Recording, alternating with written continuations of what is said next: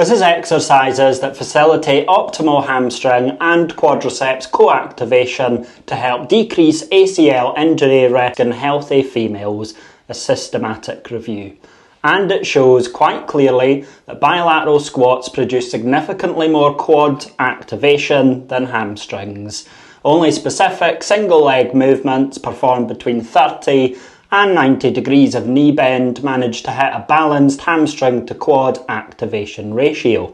Now, before we go any further, check the links below. You'll find my free guide on how to lose fat without losing your mind, and my socials if you want more straight talking, evidence-based training advice. Here's why you have a problem. There are lots of voices online telling you what to do in the gym, and some of them, like Eugene Teal in a recent video, are telling you to always train hamstrings first.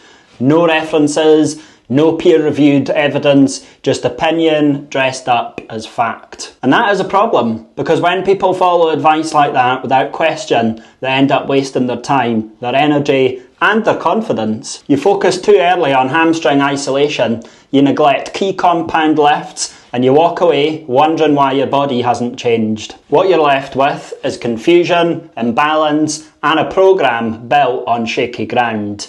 Now let's look at what the science actually says. The review I mentioned earlier, which is published in the International Journal of Sports Physical Therapy, analysed multiple EMG studies.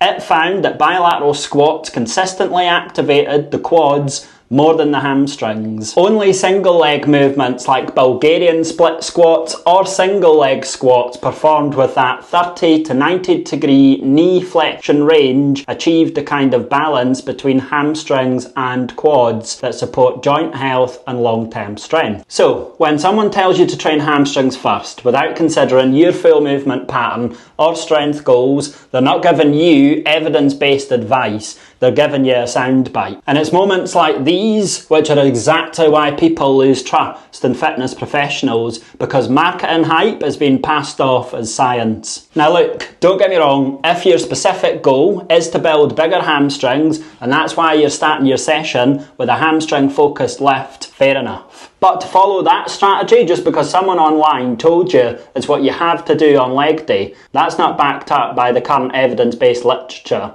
and it's certainly not the most efficient way to train for most people. Here's the actual solution. You build your program around compound multi-joint lifts like squats, lunges, and Romanian deadlifts. Movements that train the whole body, not just one muscle group in isolation.